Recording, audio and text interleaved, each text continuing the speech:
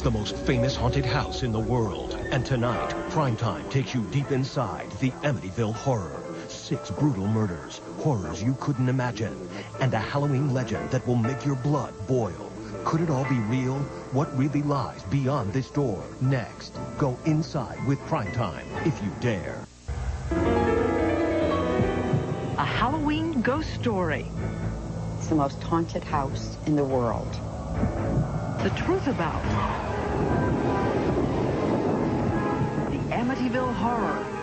I can hear my children's beds overhead of me slamming up and down on the floor, and I can't get up to help them. Tonight, what really happened inside this house? The one immortalized in the movie. 6 people murdered inside. The legend grew when another family moved in and then suddenly fled. Terrified, they say, of something eerie and powerful unleashed inside. Others felt it too. As I stood in the middle of that room and looked around, I said, I hope this is as close to hell as I'll ever get. But was it all a giant hoax? Elizabeth Vargas with The House in Amityville. From ABC News, this is Primetime Thursday with Diane Sawyer and Charles Gibson. Good evening. Diane and I are delighted that you have chosen to join us on this Halloween night for another edition of Primetime Thursday. And tonight, for Halloween, we investigate the facts behind one of the most enduring ghost stories of our time, the Amityville Horror. Like the best ghost stories, this one begins with something that really happened. 6 people murdered inside a house in suburban New York. But what happened next is what truly gave rise to the legend of the haunted house in Amityville. Tonight, Elizabeth Vargas has new details about the murders and first-hand accounts of other strange, unexplained things that happened inside the house in Amityville.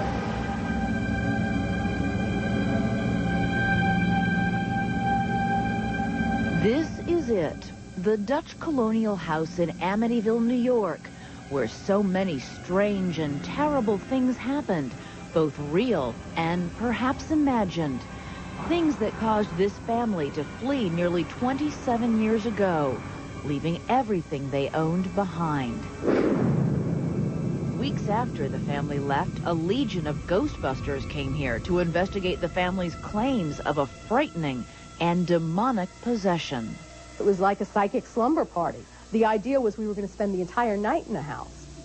Reporter Laura DiDio was there. Pictures that March night in 1976 show the crowd moving from room to room, trying to pick up ghostly vibrations.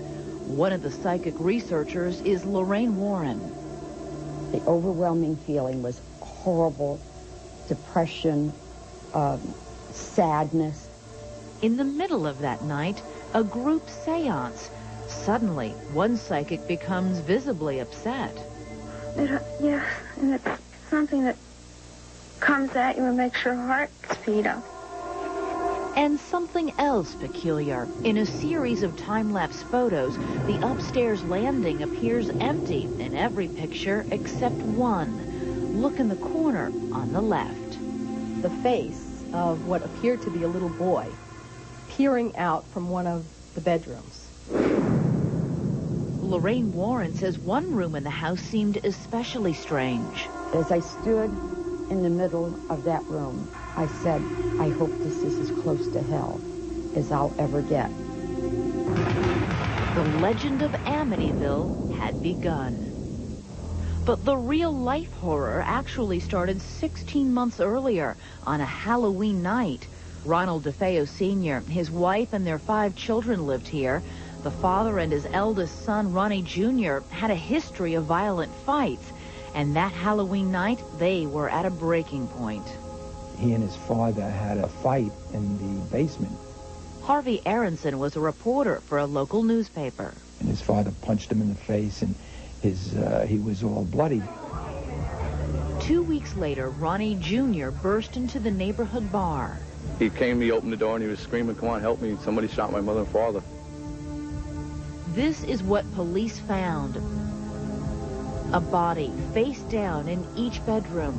Ronald Sr., his wife, and all 4 of their other children methodically shot at close range with a high-powered rifle.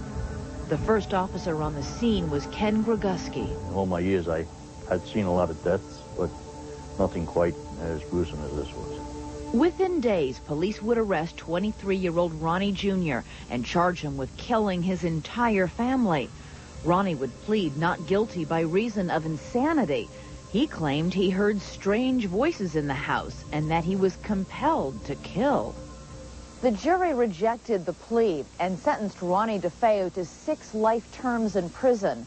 And that probably would have been the end of the Amityville horror story had it not been for George and Kathy Lutz, who 1 year later were looking to buy a home.